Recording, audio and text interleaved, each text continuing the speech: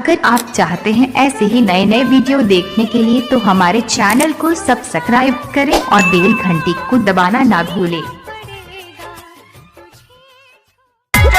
देखनी की मारो छवात बा आवेला तो हर बारात बा न्योता के कार्ड बटात बा हमार तो सब कुछ जात बा ए जा कायो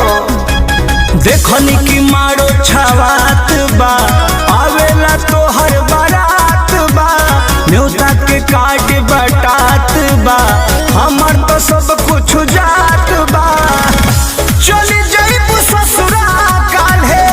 होते बिहान